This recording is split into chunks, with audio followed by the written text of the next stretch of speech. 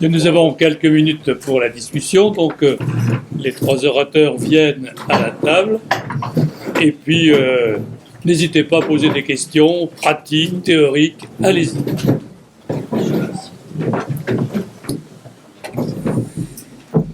Oui, dans l'acronyme suisse police, OL, c'était optimal loading. Oui, optimal loading, c'est ça. Ça veut dire qu'il faut stimuler au maximum sans faire mal. C'est ça, ouais. La durée d'immobilisation doit être minimale. Et après, il faut commencer les contractions isométriques en fonction de la douleur. EVA inférieur à 4, c'est ça, optimal loading. Désolé. Jacques ? Poser une question globalement sur le PRP parce que j'ai assisté à cette réunion très intéressante de l'INSEP et il y avait une médecin, femme biologiste qui nous a fait un exposé extraordinaire et qui nous a dit, vous les médecins, vous racontez n'importe quoi, vous dites que vous injectez des facteurs de croissance, c'est absolument pas des facteurs de croissance que vous injectez, donc vous faites n'importe quoi. C'était sa conclusion, très applaudie par tout le monde. C'était une professeure de biologie à l'hôpital qui nous a indiqué comment obtenir un PRP pur, et apparemment c'était pas facile, mais en plus, effectivement, dans les études, il y a beaucoup d'impuretés. C'est vrai. Il y a une question de Christian Lutte.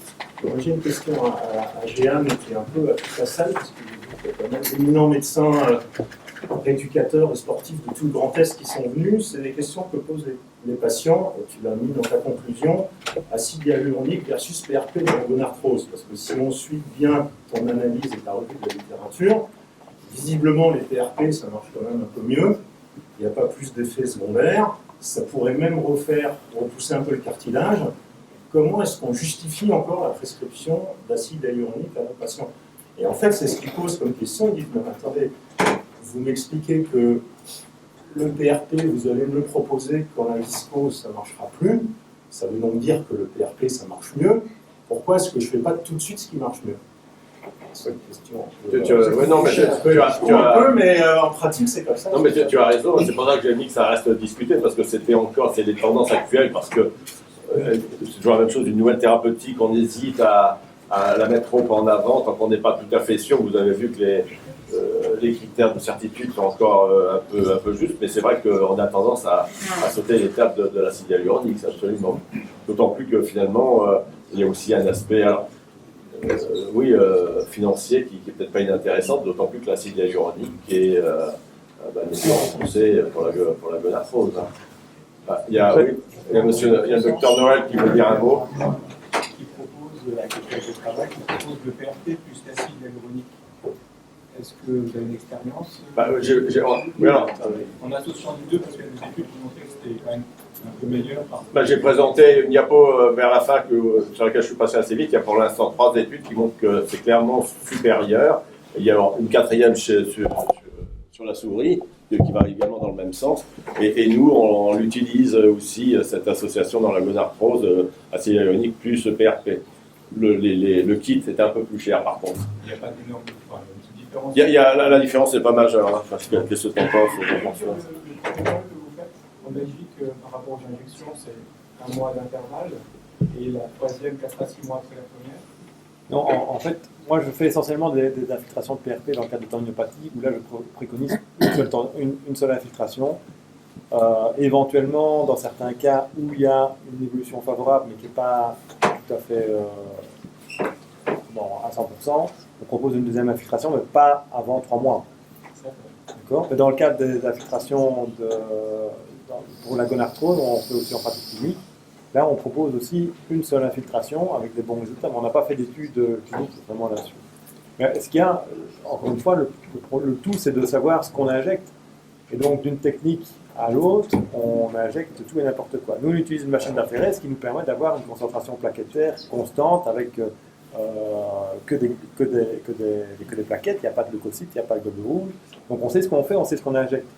Et on a de bons résultats comme ça, voilà. Donc, je rejoins un peu, effectivement, c'était Valérie Proul, la biologiste, là, qui disait qu'on faisait n'importe quoi, mais effectivement, la plupart ne savent pas ce qu'ils injectent, et ils injectent au Google Pic. Et donc il faut pouvoir... Ça coquinait de biologiste. Oui, ou alors il faut utiliser des techniques qui permettent de savoir ce qu'on injecte. Quand on utilise un médicament, on utilise un dosage précis, un volume précis, etc. Donc je pense qu'il y a énormément de travail à faire là-dessus. C'est ça qu'on avait fait l'étude dont tu as parlé, sur justement voir un petit peu quels étaient les PRP qui donnaient les meilleurs résultats, pour voir un peu vers quoi on devait s'orienter. Effectivement, dans le cadre de la gonarthrose, les PRP qui donnent les meilleurs résultats sont des PRP qui ne contiennent pas de leucocytes. Parce qu'il y a 2-3 études aussi qui montrent que le PRP avec leucocytes entraîne une réaction inflammatoire plus importante post-injection. J'ai une question à Joanne, puisque si on admet que le PRP agit sur la douleur, déjà c'est quelle intensité de douleur par rapport à l'acide hyaluronique, parce que le niveau de diminution de la douleur, tu disais qu'il était très retardé en plus à 6 mois, c'est ça? Pas forcément. Oui, mais enfin globalement c'est ce qui ressort. La première chose c'était ça, la deuxième chose c'est le facteur, enfin pour moi, le facteur confondant d'une articulation portante comme un membre inférieur, qui quand même c'est une articulation portante. Est-ce qu'on peut comparer PRP genou, qui a priori est positif, et PRP dans une articulation de membre sup qui est non portante, en termes d'intensité sur la douleur?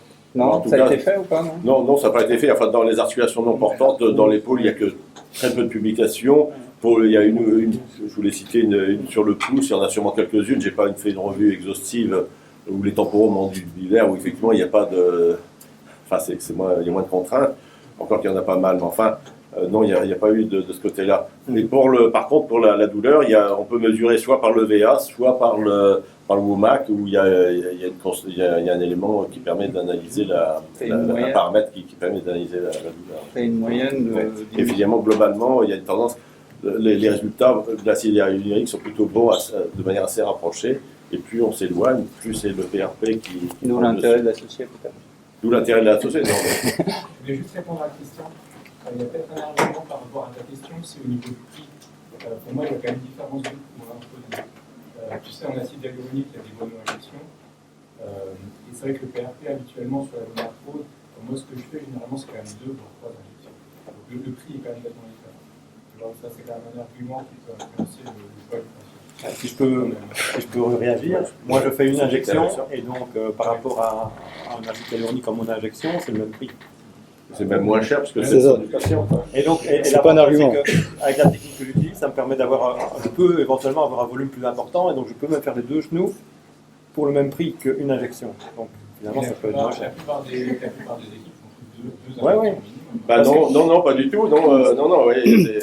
Non, ça c'est quand même c'est du passé, ça.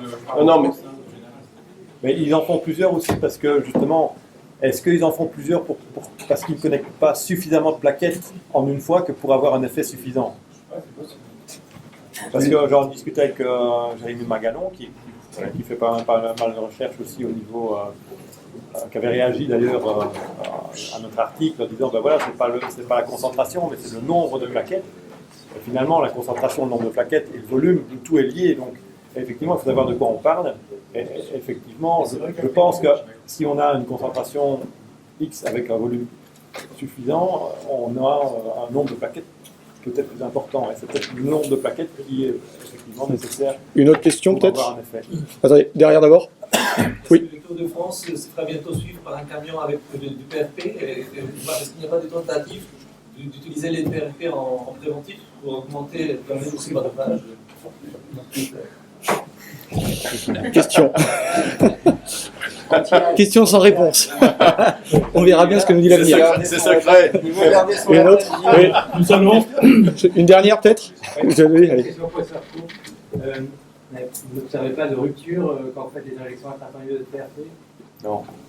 Et donc pour vous, une rupture partielle n'est pas une contre-indication à l'utilisation de PRP? Non. Au contraire. Au contraire, oui. Voilà.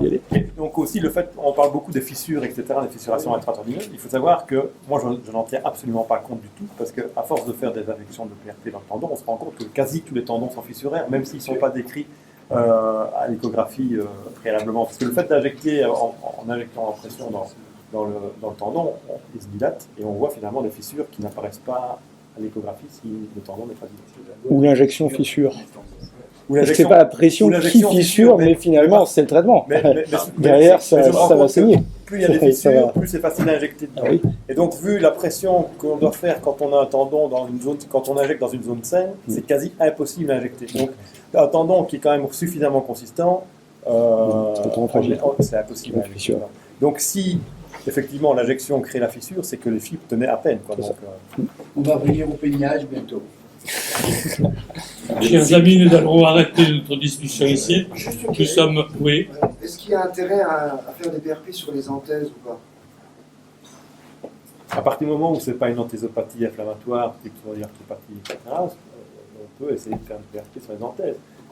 Une épicondylite, par exemple, c'est une anthésopathie. Or, c'est dans les épicondylites qu'il y a le plus de preuves, on va en parler tout à l'heure. Oui, et tout comme les tendinopathies patellaires au niveau de la pointe de la rotule, c'est aussi une anthésopathie. Et c'est à ce niveau-là que ça marche le mieux.